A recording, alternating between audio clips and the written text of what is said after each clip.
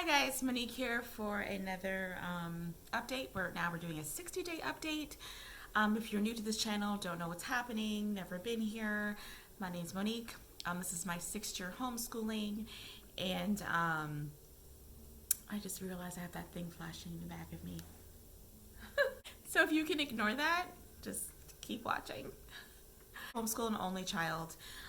This is my 6th year homeschooling. By no means am I an expert. I have just suggestions or things that I have been doing, and I haven't updated for a while, so I thought I would just do it now. And by the way, yeah, I like Seinfeld, so there's that.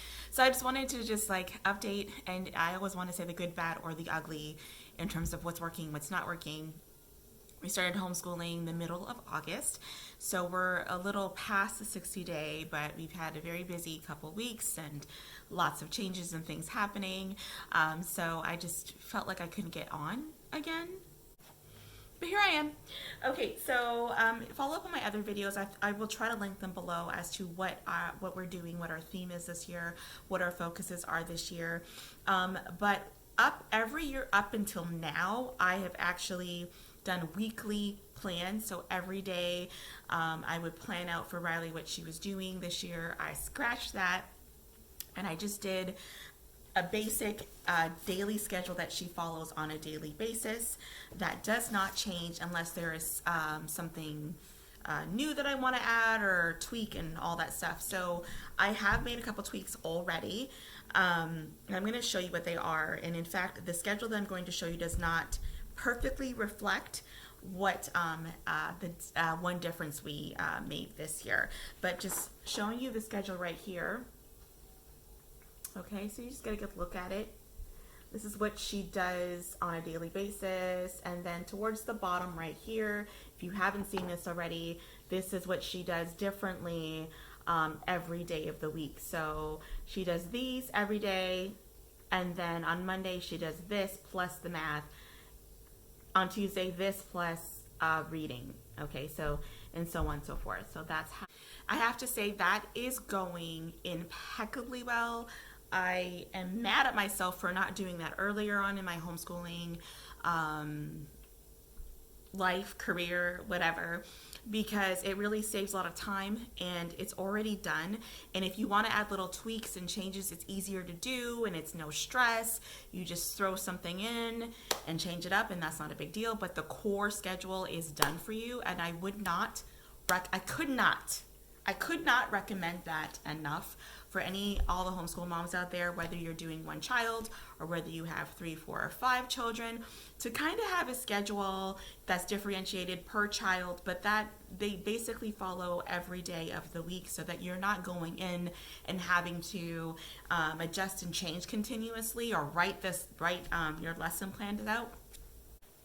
Okay, so the biggest change that we made is that we actually start earlier. So we were doing our morning meeting or our prayer at 9:15, and then she would start her schooling at 9:30, but I pushed it back, and we're actually doing our morning meeting at 8:45, and then she starts her schooling at 9. It's only 30 minutes, but 30 minutes make a big deal. What I'm finding is that her days can kind of be long still, and I'm just trying to bring it back up so that her days aren't ending at 3, 4, and 5 o'clock. So that's one of the biggest changes, that we just pulled back and started 30 minutes earlier on our day. Another thing is that I implemented the science. Now in my another video I said that I quit science. What I really meant by that was that I quit the online science. And if you don't know, we are doing Monarch Online School. It is a Christian-based program, and I absolutely love it. But the science part we were just missing it. I had to stop there and talk to my daughter. I told her I was filming so that she wouldn't come out here, but she did. She did. So anyways, I ordered Evan Moore Daily Science, and I have talked ad nauseum about Evan Moore. I love Evan Moore. They are our daily lessons. The only reason why I got away from that this year is because I didn't want to inundate Riley with a ton of bookwork in which she had to do every single day.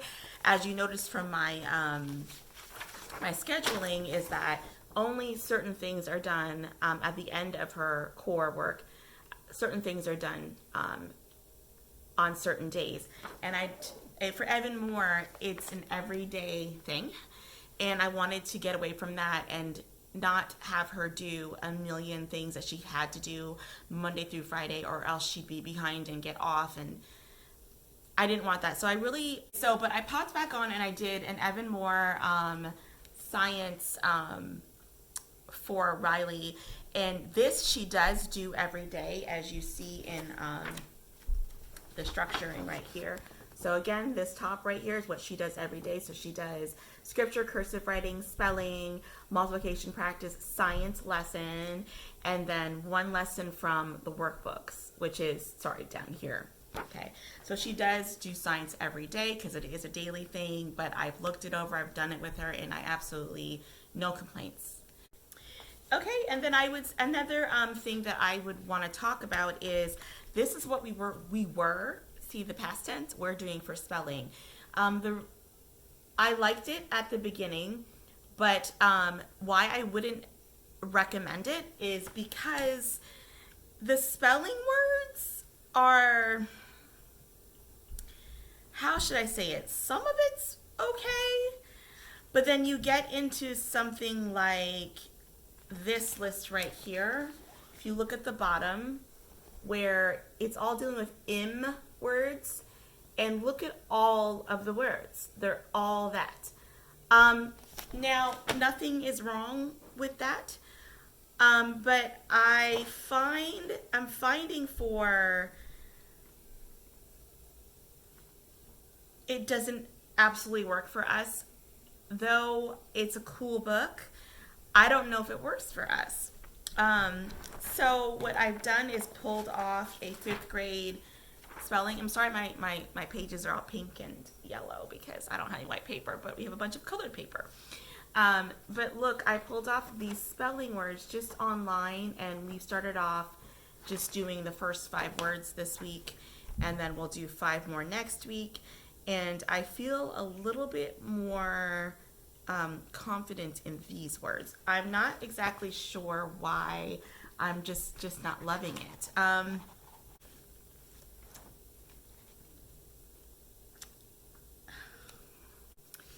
They're topic centric, if that makes sense. So there's one that's called On the Small Side, and then everything, all the words are synonyms for small or tiny. Cool, itty bitty, insubstantial, infinitesimal, minute, miniature, minuscule. Those are all good words, and we could use them when we're writing a story. But I don't know if I want to use them on spelling tests and such. Do you know what Another good thing that I can't get enough of is writing. So every Wednesday we do a creative writing lesson in which we are really expanding Riley's writing, putting some meat into it, using different words, in which something like that, this would come in handy, of course, using different words. But my daughter went from not wanting to write at all,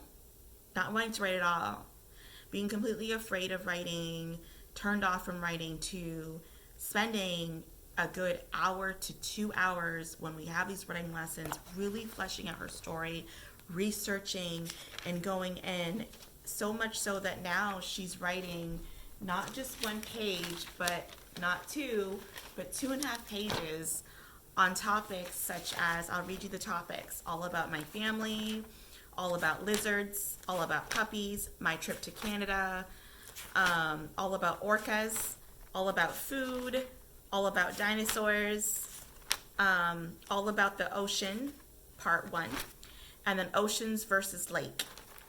So she's just writing about some interests that she has, and that's, to me, far and above and beyond what excites me, is that she's learning to love writing and research and all that stuff. So yeah, so that's my recap on 60 days plus of homeschooling a 5th grader, only child, whom I've been homeschooling from the beginning.